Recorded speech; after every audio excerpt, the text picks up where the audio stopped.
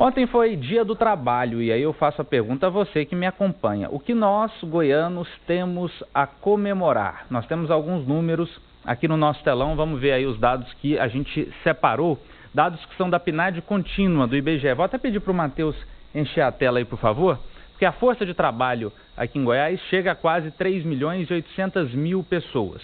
O número de desempregados no último trimestre do ano passado era de 332.000 goianos e 1.420.000 goianos estavam na informalidade, ou seja, pessoas que não contam ali com nenhum tipo de registro, que não são seletistas, que não são microempreendedores individuais, que não são empregadores formais, ou seja, que acabam não contribuindo para manter toda uma sistemática aí de garantias ao trabalhador. E é justamente para falar sobre isso e para falar da necessidade que a gente tem de criar novas ferramentas para amparar os trabalhadores que eu trouxe um dos nossos convidados, o Miguel Veloso, ele que é motorista de aplicativo e representante aí dos motoristas. A gente sabe que é uma categoria que cresceu muito, principalmente por conta do aumento do desemprego, né, Miguel? Muitos pais de família, muitas mães de família viram ali uma oportunidade de trabalho. Na sua opinião, o que é preciso fazer agora para dar mais segurança a esses profissionais que precisam gerar renda? Boa noite, Matheus. Boa noite a todos os telespectadores da TV Band. O que de fato é notório nas ruas, inclusive não só como motorista de aplicativo, que aumentou bastante, mas também a categoria de moto entregador por delivery, que nos últimos 2 anos ela praticamente quadruplicou o número de motoqueiros nas ruas. Então eu acho que chega um momento em que é preciso tomar uma decisão de mobilidade urbana, que dá um pouco de respaldo para que essa categoria venha a ser amparada justamente com relação ao trânsito e evitar assim os acidentes constantes que nós estamos vendo aí com o moto entregador. Nas últimas semanas teve muitos acidentes, inclusive alguns com muito grave, né, com falecimentos e enfim. Então é importante que agora a cidade cresceu, a categoria cresceu muito e é necessário sim, a partir de então um planejamento de mobilidade urbana para que venha proteger esses profissionais. Miguel falou uma palavra fundamental, né? Planejamento. E nós temos planejado de forma eficaz como as nossas cidades crescem, como a nossa forma de consumir muda, porque isso influencia não só no trânsito, como você citou, mas também no emprego. Já eu vou conversar também com o Miguel Priscinotti, que é do Fórum Mova-se de Mobilidade, porque agora a gente vai assistir uma reportagem que contextualiza esse assunto. Segundo uma pesquisa feita pelo IPEA, o número de trabalhadores que transportam mercadorias passou de 30.000 em 2016 para 278.000 no segundo trimestre de 2021, uma expansão que chega a quase 1.000%. Segundo o Fórum de Mobilidade, o aumento da entrada de novos trabalhadores no setor de delivery de alimentos com motos exige uma discussão sobre a necessidade de aperfeiçoar a legislação de trânsito para o aumento tão expressivo no número de motocicletas e bicicletas fazendo esse trabalho nas nossas ruas, nas nossas avenidas.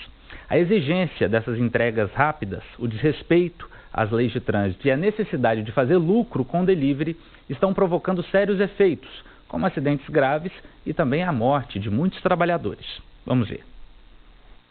Desde o início da pandemia de Covid-19 em 2020 e o crescimento do comércio eletrônico, o aumento do número de entregadores nas ruas de Goiânia e de todo o país cresceu bastante.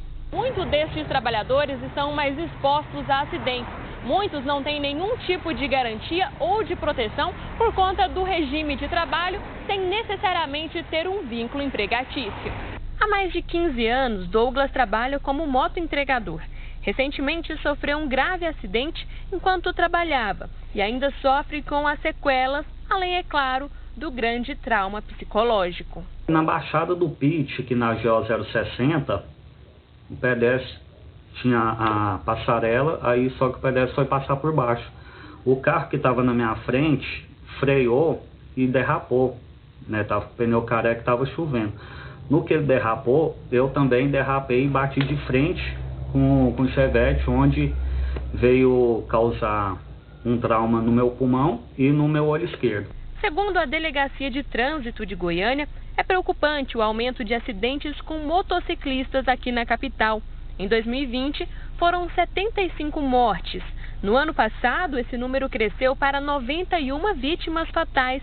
Neste ano, de janeiro até o momento, 26 motociclistas já perderam a vida no trânsito. O Brasil ocupa a 5ª posição no ranking mundial de vítimas de trânsito, atrás apenas da Índia, China, Estados Unidos e Rússia, com cerca de 22 mortes por 100 mil habitantes. E mais de um terço dessas ocorrem por acidentes envolvendo motociclistas, segundo dados publicados pelo Instituto de Pesquisa Economia Aplicada. Para Douglas, o serviço de delivery pode ser aperfeiçoado com mais iniciativas de educação no trânsito.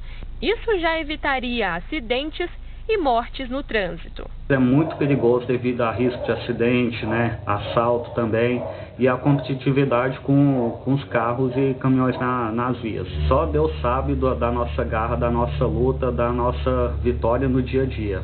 Papo reto! Pois é, quem também vai comentar esse assunto comigo aqui no estúdio é o Miguel Ângelo Priscinotti, coordenador técnico do MOVA-se, Fórum de Mobilidade. Miguel, eu queria que você começasse dizendo o que pode ser feito, o que precisa para a gente começar a debater esse assunto de forma mais efetiva e de forma mais frequente na nossa sociedade. O Douglas, né, ele até levantou um ponto que é de muita importância, que é a educação no trânsito. E principalmente a lei do maior proteger o menor. Hoje nós percebemos uma grande agressividade, né, no trânsito, né, todo mundo, né, querendo ocupar um espaço e sem deixar essa oportunidade para os menores, né. Eu converso muito, né, trabalhei muito em empresas de ônibus e os próprios motoristas, eles, por iniciativa própria deles, gostavam de fechar os corredores para não deixar o motoqueiro passar, o motociclista, né, melhor falando. Então falta muito essa educação de você pensar no outro, né?